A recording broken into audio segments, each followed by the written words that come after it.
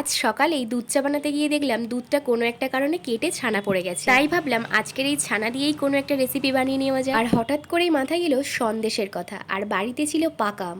তো আজকের বানাচ্ছি পাকা আমের সন্দেশ। এর জন্য একটা পাকা আম আর পরিমাণ মতো চিনি নিয়ে ভালোভাবে পেস্ট করে নিয়েছি। এখন একটা কড়াই 2 চামচ ঘি দিয়ে ভালোভাবে গলিয়ে নিয়ে ওর মধ্যে পাকা আমের পেস্টটা দিয়ে ভালোভাবে একসাথে মিশিয়ে নিতে হবে। এইভাবে কিছুক্ষণ ভালোভাবে মেশানোর পর ওর মধ্যে ছানাগুলোকে দিয়ে দেবো।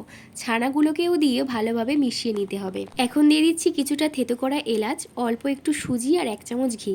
আবারও সবগুলোকে একসঙ্গে ভালোভাবে মিশিয়ে নিতে হবে। এভাবে কিছুক্ষণ এটাকে নাড়াচাড়া করার পর এটা তৈরি হয়ে গেলে এটাকে ঠান্ডা করে নিতে হবে। আর এটা ভালোভাবে ঠান্ডা হয়ে গেলেই একটা পাত্রের মধ্যে কিছুটা ঘি ব্রাশ করে হাতের সাহায্যে বা এইভাবে চামচের সাহায্যে ভালোভাবে বসিয়ে নিয়ে ফ্রিজে রেখে দেবো কিছুক্ষণের জন্য। কিছুক্ষণ ফ্রিজে রাখার পর এইভাবে ভালোভাবে সেট হয়ে গেলে একটা ছুরির সাহায্যে কেটে প্লেটের মধ্যে উপর থেকে কিছুটা পেস্তা আর কাজু কুচি ছড়িয়ে ছুরি দিয়ে সন্দেশের আকারে কেটে নেব। আর দারুণ হয়েছিল সন্দেশটা খেতে। এইভাবে একবার বাড়িতে ট্রাই করতেই পারো, আশা করি ভালো লাগবে।